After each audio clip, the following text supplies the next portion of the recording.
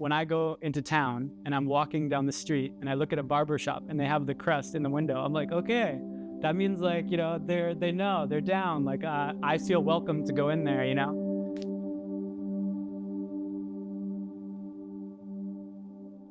mean, Chikoshoka. My name's Dwyer. I'm from Los Angeles and I moved to Omachi in Kamakura 1 year ago. I don't like to be defined by, my career, but I write books for a living, and I help people who want to write a story about their lives most of the time, but also businesses and artists and different kinds of projects, 27 different books so far. So they're all different, but I help people, I guess, bring the stories they want out of them and onto the page. 8 years ago, I came to Japan for the first time with the woman at the time who was my girlfriend, who's now my wife. And I didn't know anything about Japan. I didn't grow up loving Japan. I didn't grow up watching anime or all these things. I didn't have this long, deep desire or connection to the culture. I didn't even have any Japanese friends before I started dating her. But I had lived abroad many times, and I was always interested in every place in the world. So I came with an open mind, and we visited a few places, but when I came to Kamakura, I had never even heard of Kamakura. I didn't know what Kamakura was. I didn't know the significance of the history or anything. And I went to Jomyoji.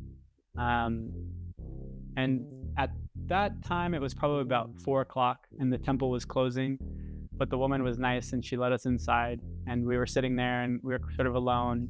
And if you've ever been to Jomyoji, there's a rock garden there and they serve matcha. And I was sitting there drinking the tea and I just started to cry. And I don't really know why still to this day, but I had a specific feeling in my heart, I think. And I felt very grateful to be there. And I felt like I had a lot of space to stop and be still and slow down. And so maybe in some ways I bookmarked Kamakura in my mind 8 years ago. And then we moved actually to Japan for the first time 1 year ago and came straight to Kamakura and got lucky and found this beautiful house. So, yeah.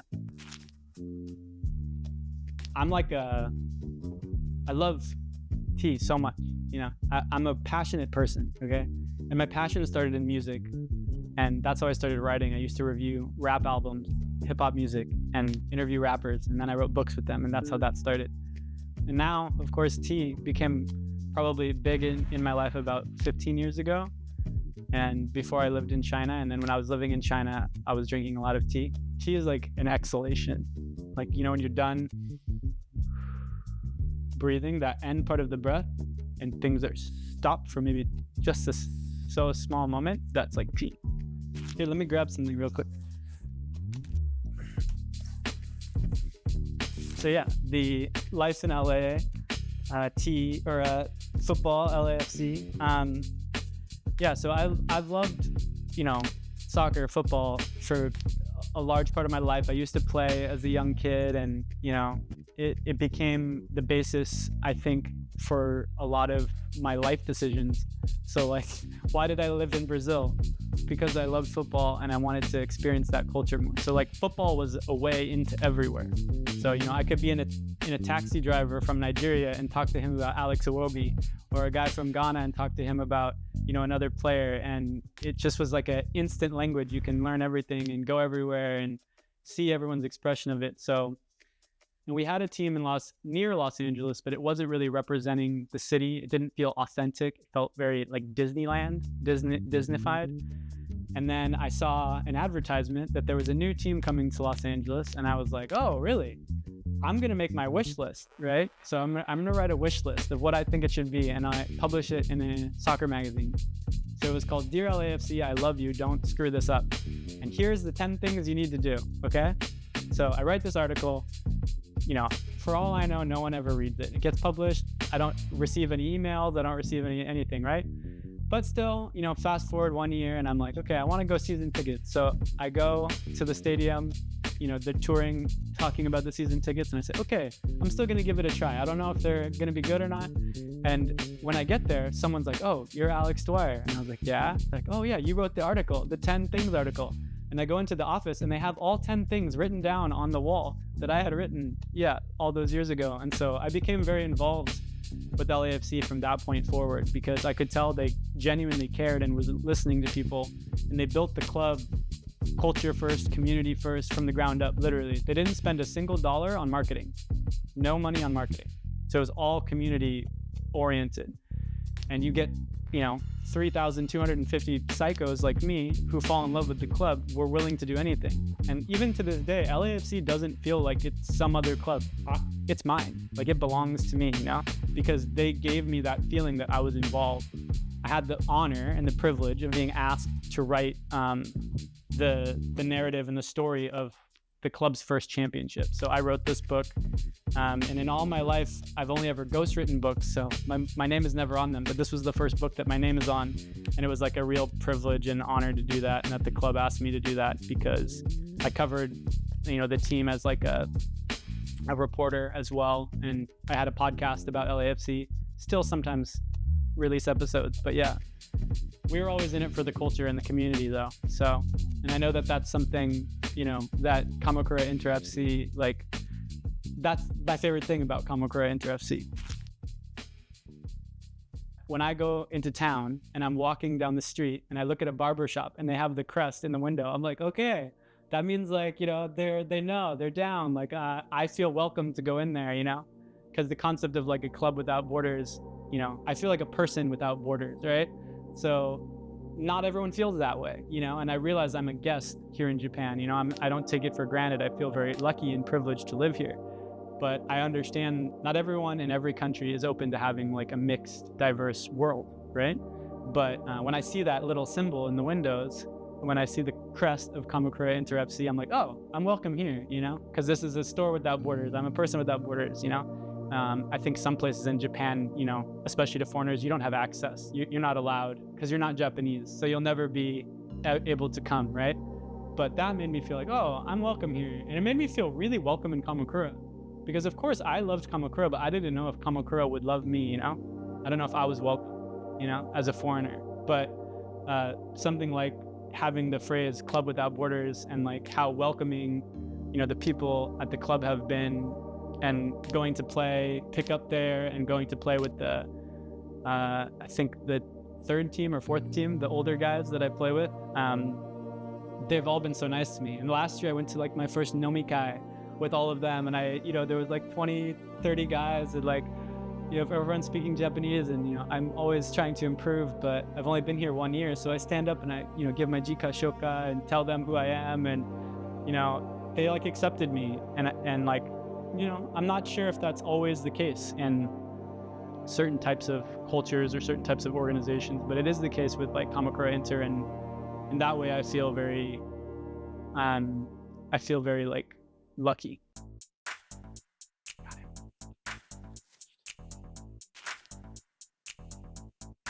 Yeah. So this is a funny story. When we decided to move from Los Angeles, like, I think my wife would admit she was happy mostly about one thing, that like so much of my life wasn't going to be dominated by LAFC, because I was walking distance to the stadium and I had, crazy tequila smelling guys at my house all the time, and walking to the games and everything like that. And so she was relieved, like, wow, okay, we finally get a soccer break, And I was like, okay, maybe that's a good thing, So we come to Kamakura, even far from the J1 teams, and, I knew that there was some teams, but I'm like, it's okay. I can take a break, for a little while from soccer. And I think like the second night we went out to a bar with one of Sachi's friends, and we met a guy, and he was like, yeah, I'm working for this company and we're working on this new project. And she's like, oh, what project is that? Yeah, it's a sponsorship with this soccer team. And Sachi was like, wait, what? And she's like, yeah, this Inter Kamakura FC. I'm like, wait, what? I literally was willing to sacrifice soccer to move to Kamakura. Everything in my life else was going to improve, but soccer wasn't going to be part of it. I was just like accepting that. Then this club appears. So of course, like the very next day, I decided to go to Ofuna, and I looked up the address of where the office was, but the address was actually like some co-working space in Ofuna. So I went into the co-working space, like asking like, where is the club? I'm here to the club, like, where is it at? And the guy was like, oh no, like the stadium's like down the street, but like there's no like, what do you mean? And I was like, what do you mean? And so then I go to the stadium to just like look at what's going on. And there are these two little cubes, these little bubbles. And I'm like, okay, this is interesting. And I go into one of them, and there was this young gentleman there who was like literally the first person I've really interacted with in Kamakura in my life by myself. Because Sachi's like, I'm not going with you. Like, you're too weird. This is embarrassing. Like, I'm not going to go. And so I go in, and his name is Kanta. So Kanta-kun is in there, and he's like, I'm like, hey, I want to buy a jersey. And he's like, what? And he's just like, what do you mean? It just gets so confusing, from that point. I'm trying to say things. Eventually I have to call Sachi to come and like try to explain what I want. And I ended up buying this shirt that's a little too small that day.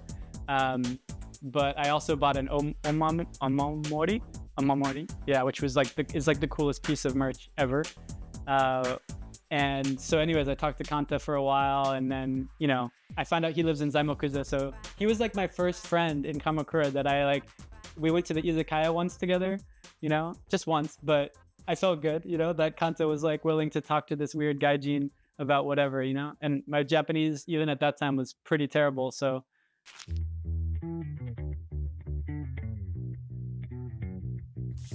I feel very like grateful and lucky to live here at all, to live in Kamakura. It's like a dream come true. It's like a crazy feeling that like once a week on average, I have the best day of my life. Like once per week I'll have an experience something. This is the best day of my life. Like, how did this happen? How could I, and I think Kamakura Inter FC is a big part of that. Like, of course it's not the whole thing. Like, and I don't think it wants to be the whole thing.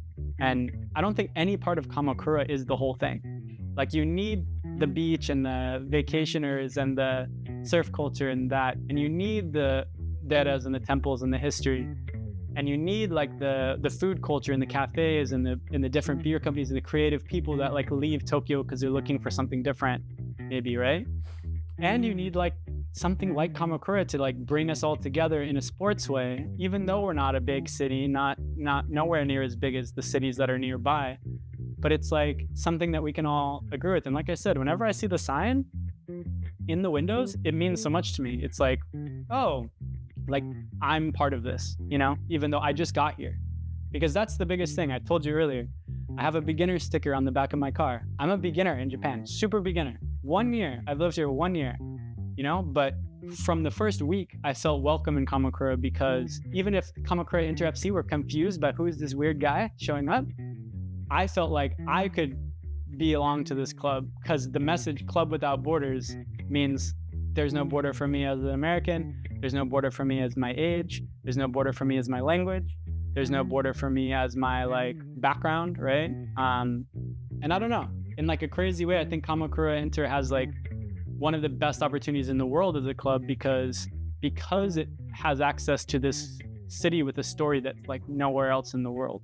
It has no borders between the history and the present, right? And the future and the present as well. So